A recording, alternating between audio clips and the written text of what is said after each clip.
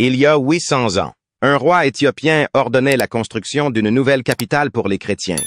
C'est la Bible originale qu'ils ne veulent pas que vous voyiez, a proclamé le pape François, déclenchant une vague d'intrigues dans le monde entier. Le pontife faisait ainsi référence à un manuscrit ancien et mystérieux qui est antérieur à la Bible traditionnelle que nous connaissons aujourd'hui. Enfoui dans le secret et caché par des autorités puissantes, ce texte contient des enseignements, des histoires et des révélations qui pourraient remodeler les fondements de la foi elle-même. Mais pourquoi a-t-il été caché au public? Quelle vérité se cache dans ces pages? Préparez-vous pour un voyage bouleversant dans l'un des secrets spirituels les mieux gardés de l'histoire. Les premiers écrits chrétiens, la Bible, vénérée comme la pierre angulaire du christianisme, est, curieusement, un recueil d'écrits dont les origines sont entourées de mystères. Il peut paraître surprenant, voire choquant, d'apprendre que le concept de Bible originale est davantage une énigme historique qu'une réalité concrète. Au fil des siècles, d'innombrables efforts pour sauvegarder et reproduire ces textes sacrés se sont heurtés à des difficultés qui ont remodelé l'histoire chrétienne à jamais. Imaginez la complexité de la tâche. Les rouleaux d'enseignement divins, fragiles et éphémères, ont été multipliés en milliers d'exemplaires pour répondre à la demande croissante des premières églises. Pourtant, dans un monde où l'authenticité était contestée, tous les écrits n'ont pas été coupés. La compilation de la Bible a été un processus décourageant, semé de controverses et de confusion. Prenons l'exemple de Saint Paul, dont les lettres, écrites avant son exécution par l'empereur Néron en 65 après J.C., constituant près de la moitié du Nouveau Testament. Certains de ces écrits font même référence à des passages de l'Évangile, ce qui suggère que des parties du Nouveau Testament circulaient déjà de son vivant. En 96 après J.C., avec l'achèvement du livre de l'Apocalypse, le canon semble être finalisé. Mais quels sont les écrits qui appartiennent réellement à l'Église? Cette incertitude a donné lieu à des siècles de débats. Les premiers pères de l'Église, comme Clément de Rome, Polycarpe et Irénée, ont tous identifié des collections de textes sacrés, mais les divergences abondent. Par exemple, Clément n'a reconnu que 8 livres vers 95 après J.C., tandis qu'Irénée, quelques 70 ans plus tard, en a authentifié 21. Pour compliquer encore les choses, des écrits falsifiés, tels que l'Évangile de Thomas et l'Épître de Barnabé, ont brouillé les pistes, laissant le croyant moyen dans l'incertitude quant à la foi. Eusèbe, historien et évêque de Césarée, qui cherchait à rétablir l'ordre en classant les textes comme canoniques, contestés ou apocryphes, a esquissé les fondements de ce que nous reconnaissons aujourd'hui comme le Nouveau Testament. Ces efforts, ainsi que ceux de Saint Jérôme, célèbre pour avoir traduit les Écritures en latin, ont contribué à cristalliser les textes sacrés. La bataille pour la foi, les textes sacrés et la transformation du christianisme. Pendant des siècles après la première arrestation de Saint-Pierre en 33 après J.C., les chrétiens ont subi des persécutions incessantes sous les empereurs romains qui cherchaient à réprimer leur foi. Néron, tristement célèbre pour avoir accusé les chrétiens d'être responsables du grand incendie de Rome en 64 après J.C., a déclenché des tortures brutales et des exécutions de masse. Les écrits sacrés furent détruits et des ravages similaires eurent lieu sous le règne de l'empereur Dioclétien. De nombreux historiens pensent que ces événements ont entraîné la perte de textes de la collection biblique originale. Tout a changé en 306 après J.C., avec l'arrivée au pouvoir de Constantin. Constantine, qui ne dirigeait au départ qu'une partie de l'Empire romain, aspirait à unifier toute la région. En 312 après J.C., face à son rival Maxence à la bataille du pont Milvius, Constantin eut une vision, une croix de lumière dans le ciel accompagnée de ces mots. « Par ce signe tu vaincras ». Convaincu de l'intervention divine, il orna les boucliers de ses soldats du symbole chrétien et remporta une victoire décisive. Reconnaissant du soutien qu'il considérait comme le Dieu chrétien, Constantin légalisa le christianisme par l'édit de Milan en 313 après J.C. Ce moment crucial permet non seulement de sauver des vies, mais aussi d'accorder aux chrétiens la liberté de pratiquer ouvertement leur culte. Cependant, des divisions au sein de la foi apparurent bientôt. Pour remédier à ce problème, Constantin convoque le concile de Nicée en 325 APR, J.C. Le concile aboutit notamment au credo de Nicée, qui définit les croyances chrétiennes fondamentales, et à l'affirmation de 27 livres du Nouveau Testament, une étape importante renforcée par la lettre de Pâques de saint Athanase en 367 APR. J. C. Au Moyen Âge, les communautés monastiques deviennent les gardiennes des textes sacrés. Ces hommes et femmes dévoués vivant dans l'isolement, copiaient méticuleusement la Bible à la main dans des scriptoria, décorant souvent leurs ouvrages d'enluminure complexes. Leurs efforts ont assuré la survie de la Bible à travers des temps troublés. Au XIIIe siècle, des théologiens comme Pierre Lombard ont apporté de nouvelles perspectives aux doctrines chrétiennes. Les écrits de Lombard, rédigés en phrases, clarifiaient des concepts difficiles et s'inspiraient d'écrits autrefois considérés comme apocryphes. Au fil du temps, ces livres deutérocanoniques ont été acceptés, non sans controverse. Certains chrétiens les ont adoptés, tandis que d'autres les ont rejetés, semant ainsi les graines de la réforme protestante. Mais cette histoire remarquable n'est qu'un début. La Bible éthiopienne est particulièrement captivante et se distingue de toutes les autres. En quoi ce manuscrit ancien témoigne-t-il de l'héritage chrétien unique de l'Éthiopie? Quel secret se cache dans ces pages patinées? Que révèle-t-il sur le cheminement spirituel d'une nation entière? Suivez-nous pour découvrir les étonnantes façons dont la Bible éthiopienne remodèle tout ce que nous pensions savoir sur les origines de la foi. La Bible éthiopienne non altérée et son caractère unique.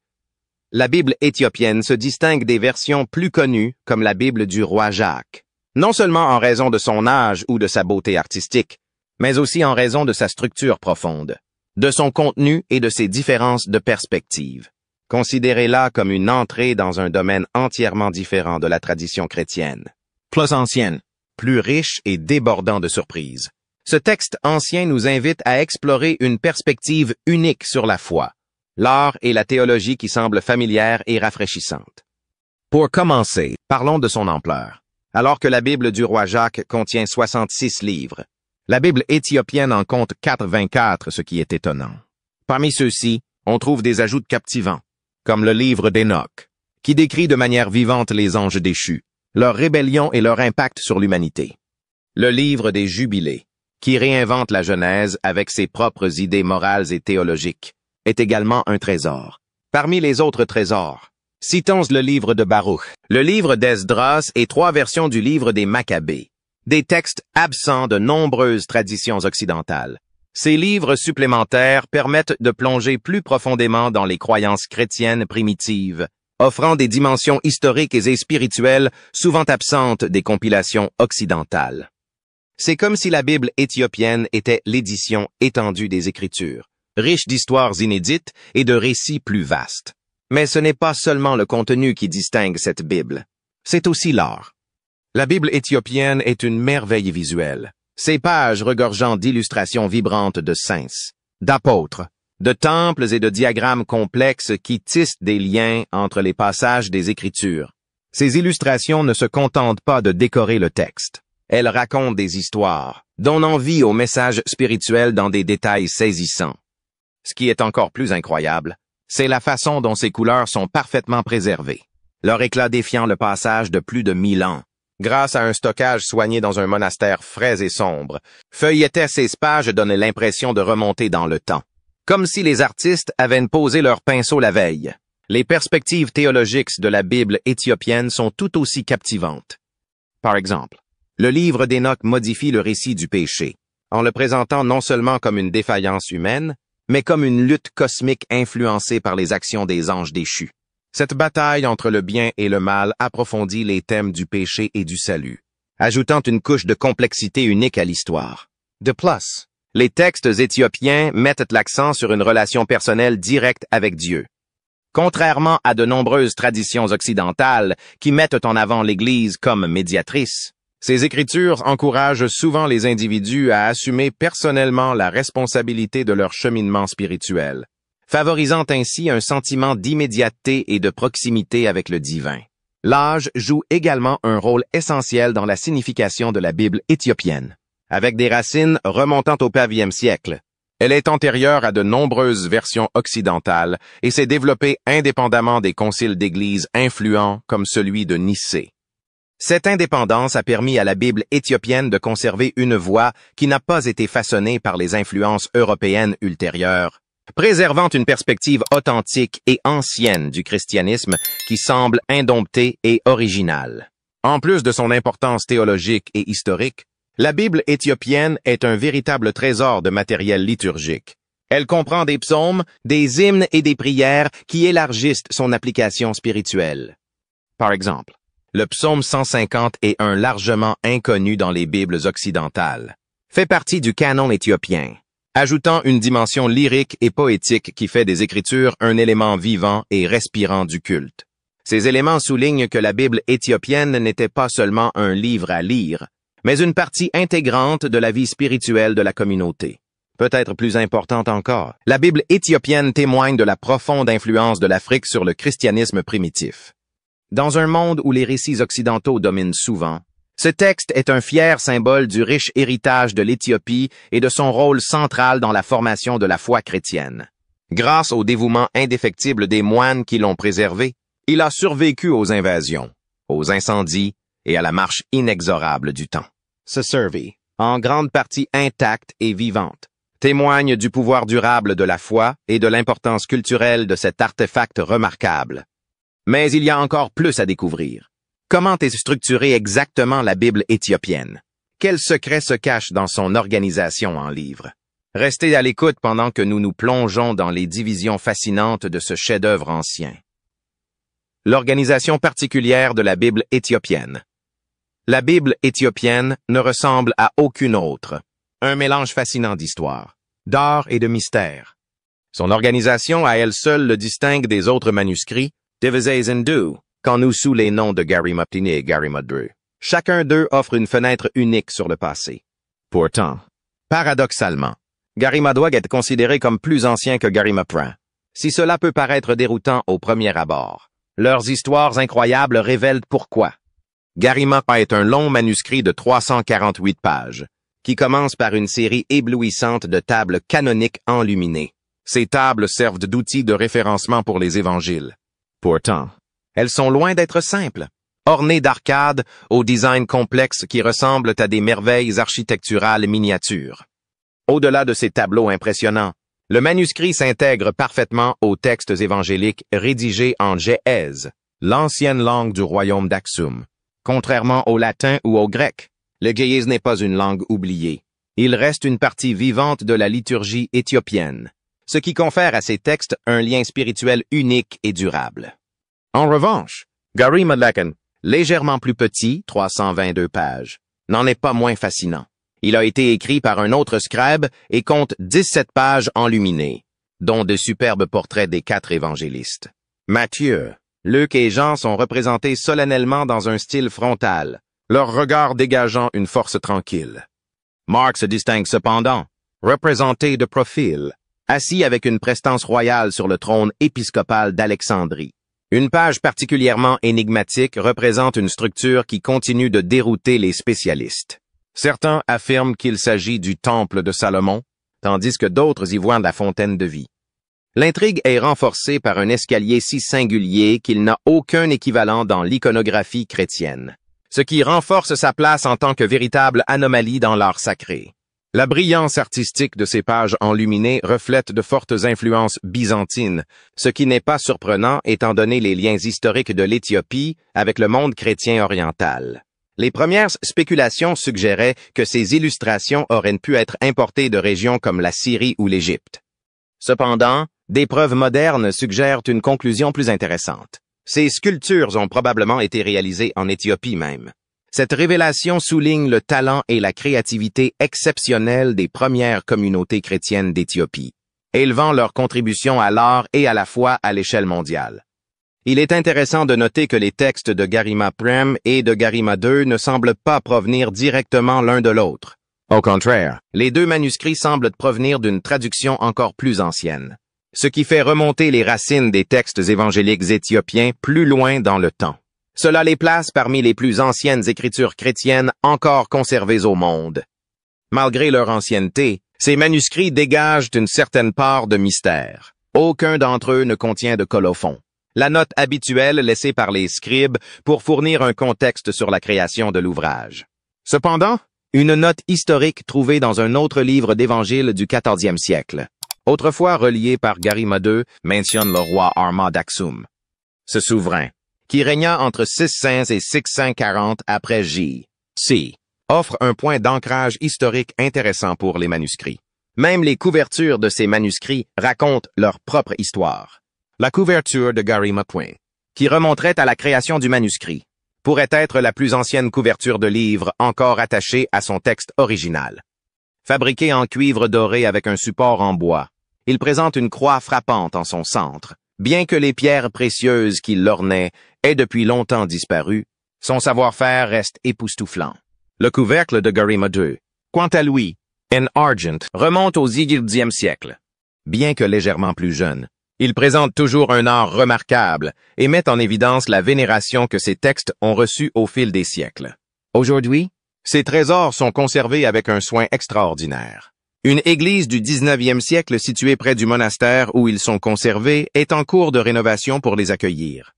Cette structure, renforcée par des barres d'acier, des gardes armés et de petites fenêtres pour limiter l'exposition à la lumière, garantit que les enluminures vives ne s'altèrent pas avec le temps.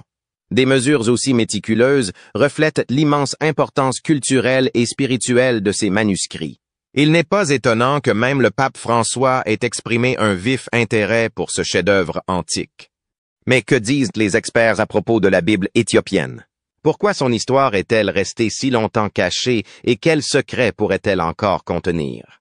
Restez à l'écoute pendant que nous approfondissons cette remarquable relique et découvrons ses mystères. Les points de vue des experts sur la Bible éthiopienne. La Bible éthiopienne a longtemps attiré l'attention des historiens, des biblistes et des experts en art, suscitant des débats et attisant la curiosité pendant des décennies.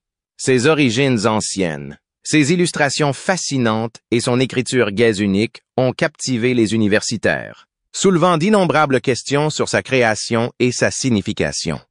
Mais qu'ont donc découvert les experts sur ce trésor? Décryptons ensemble son histoire. Les évangiles de Jerima, qui sont au cœur de la Bible éthiopienne, ont attiré l'attention du monde entier pour la première fois en 1950, lorsque l'historienne de l'art britannique Béatrice Plain a eu un aperçu rare des manuscrits. Les femmes n'étant pas autorisées à pénétrer dans le monastère qui les gardait, les moines ont gentiment apporté les manuscrits à l'extérieur. Elle fut immédiatement frappée par les pages enluminées à couper le souffle, notant le style ornemental d'inspiration byzantine. Dans les années 1960, l'érudit français Jules Leroy examina les textes de plus près.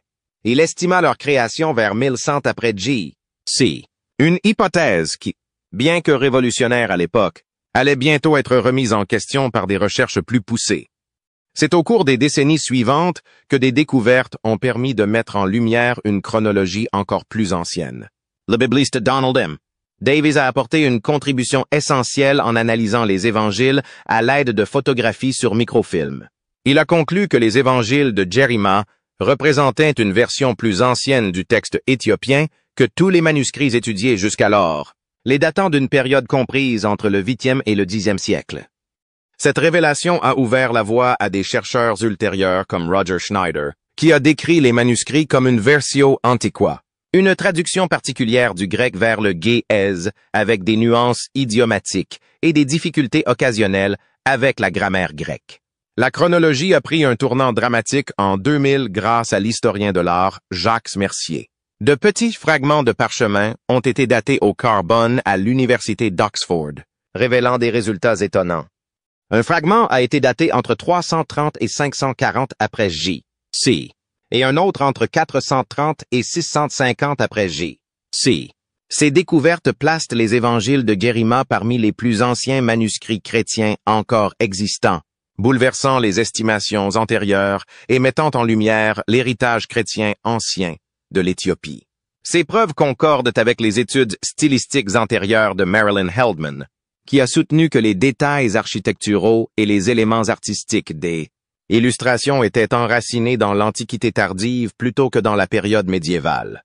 Des formes classiques représentées dans les dessins jusqu'au mobilier du portrait de Marc Chaque détail indiquait l'existence d'une communauté d'érudits chrétiens florissante dans le royaume d'Aksum à cette époque. En 2013, l'érudit, Kurt Nickham a revisité ses découvertes, en y intégrant la datation au carbone et des preuves historiques supplémentaires. Il a avancé que la traduction éthiopienne de la Bible avait probablement eu lieu avant la fin du IVe siècle, une théorie soutenue par la collection Aksumite, un ensemble de canons et d'écrits de l'Église du X siècle qui présumait l'existence d'écritures géèses. L'importance des évangiles de Jerima a été confirmée lors d'une conférence de 2 jours en novembre 2013 intitulée L'Éthiopie et le monde méditerranéen dans l'Antiquité tardive. Des experts comme Mercier et Alessandro Bausi ont partagé des informations révolutionnaires, notamment une datation définitive au carbone, qui a permis de situer Jerima II entre 390 et 570 après J. C. et Jerima III entre 530 et 660 après J. C. Ces découvertes ont confirmé que les manuscrits éthiopiens étaient encore plus anciens que les célèbres évangiles de Rabula de 586 après J. C. Et pourtant, ce n'est qu'une partie de l'histoire. Qu'en est-il des implications plus larges de ces découvertes? Qu'est-ce que le pape François lui-même a vu dans ce texte ancien qui le rendait unique? Restez avec nous pendant que nous plongeons dans la perspective unique du pontife. Ces opinions pourraient-elles révéler les secrets les plus profonds de Jésus sur la Bible éthiopienne? Pourquoi ils ne veulent pas que vous les voyiez? Le pape François, un dirigeant célèbre pour ses opinions avant-gardistes, a attiré une attention renouvelée sur la Bible éthiopienne, la qualifiant de pièce inestimable du patrimoine chrétien. Ses déclarations audacieuses sur son importance historique et spirituelle ont ravivé la curiosité mondiale pour l'une des collections de textes bibliques les plus anciennes et les plus uniques. Mais qu'est-ce qui rend la Bible éthiopienne si remarquable aux yeux du pape? Pour François, ses racines anciennes la distinguent. Datant du IVe siècle, elle est antérieure à la Vulgate, à la Bible du roi Jacques et à de nombreuses autres traductions occidentales. Son développement en dehors de l'influence des conciles et des révisions de l'Église signifie qu'elle offre un aperçu d'une version du christianisme qui reste intacte par les changements doctrinaux ultérieurs. Pour le pape, cette indépendance fait de la Bible éthiopienne une expression plus authentique et inaltérée des premiers enseignements chrétiens, une fenêtre plus pure sur les années de formation de la foi. Un autre aspect qui fascine le pape est le canon plus large de la Bible éthiopienne. Alors que les traditions occidentales comptent de 66 à 73 livres, la Bible éthiopienne en compte 84. Parmi ces textes, on trouve le livre d'Enoch et le livre des Jubilés, qui ont été exclus de la plupart des traditions occidentales. François suggère que ces textes oubliés pourraient contenir des informations essentielles sur les croyances et les pratiques des premiers chrétiens, qui n'ont pas été touchés par les forces politiques et culturelles qui ont façonné le christianisme occidental. Ces livres supplémentaires reflètent un héritage spirituel plus riche, qui, selon François, mérite une étude et une réflexion approfondie. Le pape n'a pas peur de la controverse. Il a ouvertement remis en question la façon dont les dynamiques historiques, politiques et culturelles ont influencé l'exclusion de certains textes du canon occidental. Pourquoi des voix comme celles que l'on trouve dans le livre d'Enoch ont-elles été marginalisées? Pour François, il ne s'agit pas seulement d'une question académique. C'est un appel à examiner comment le pouvoir a pu façonner les Écritures et à adopter une compréhension plus complète de la diversité chrétienne primitive. Même les nuances théologiques de la Bible éthiopienne l'intriguent. Des textes comme le livre d'Enoch mettent l'accent sur les forces extérieures, comme les anges déchus, qui influencent le péché, contrastant avec l'accent occidental mis sur le péché comme défaut humain interne. Pour François, cette perspective n'entre pas en conflit avec la théologie occidentale, mais l'enrichit en offrant une vision multidimensionnelle du péché, du jugement et de la relation de l'humanité avec Dieu. Selon François, la Bible éthiopienne est plus qu'un artefact. C'est un témoignage des origines diverses du christianisme. Sa survie à travers les siècles d'histoire et son contenu unique démontrent comment le message chrétien a été façonné par différentes cultures et traditions. En attirant l'attention sur ce texte, le pape François nous exhorte à élargir notre compréhension de la foi et à apprécier la complexité des traditions chrétiennes du monde entier. Mais la fascination de François va encore plus loin. Cette Bible ancienne pourrait-elle apporter des réponses à des questions que nous avons longtemps négligées? Pourrait-elle remettre en question ce que nous pensions savoir sur les fondements du christianisme? Restez à l'écoute pendant que nous explorons l'affirmation choquante du pape François à propos de ce texte extraordinaire. Le pape François et la Bible éthiopienne, une révélation audacieuse. Au cours d'une liturgie récente, le pape François a posé à la congrégation une question qui les a laissés profondément songeurs. Qu'est-ce que le christianisme? Son objectif était clair. Inciter les croyants à aller au-delà des textes, familiers de la Bible conventionnelle, et à réexaminer les racines de leur foi. Bien que le pape adhère au canon traditionnel, il a ouvertement exprimé sa fascination pour la Bible éthiopienne, soulignant comment son contenu offre des perspectives profondes sur le christianisme primitif. Le pape François a réfléchi sur des textes comme le livre d'Enoch, qui étaient autrefois au cœur de la pensée chrétienne, mais qui ont ensuite été exclus des écritures occidentales. Ces textes ont été inclus pour une raison, a-t-il déclaré, suggérant que leur suppression aurait pu priver le christianisme d'enseignements précieux. Par exemple, la représentation du Fils de l'homme dans le livre d'Enoch correspond étroitement à la manière dont Jésus est décrit dans les évangiles canoniques. Se pourrait-il, a-t-il demandé, que des éléments essentiels de l'histoire du christianisme aient été négligés? Dans un moment fort, le pape François a partagé des illustrations éthiopiennes vibrantes de Jésus, représentant des scènes de sa jeunesse absente des Bibles conventionnelles. Ces images, ancrées dans la tradition éthiopienne, reflètent des récits du livre d'Enoch et d'autres textes omis. Le pape a expliqué que ces illustrations nous poussent à repenser la mission et l'identité du Christ, en particulier pendant les années de sa vie restées inexplorées dans les écritures traditionnelles. Le pape François a exhorté les croyants à considérer la Bible éthiopienne comme une perspective complémentaire, capable de répondre à des questions profondes sur le christianisme. Si ces images révèlent tant de choses, a-t-il fait remarquer, imaginez ce que les textes pourraient en révéler. Ces mots étaient un appel à l'action, un défi pour embrasser ce manuscrit ancien et découvrir ses mystères. Qu'est-ce qui rend, selon vous, la Bible éthiopienne si unique par rapport à la vraie,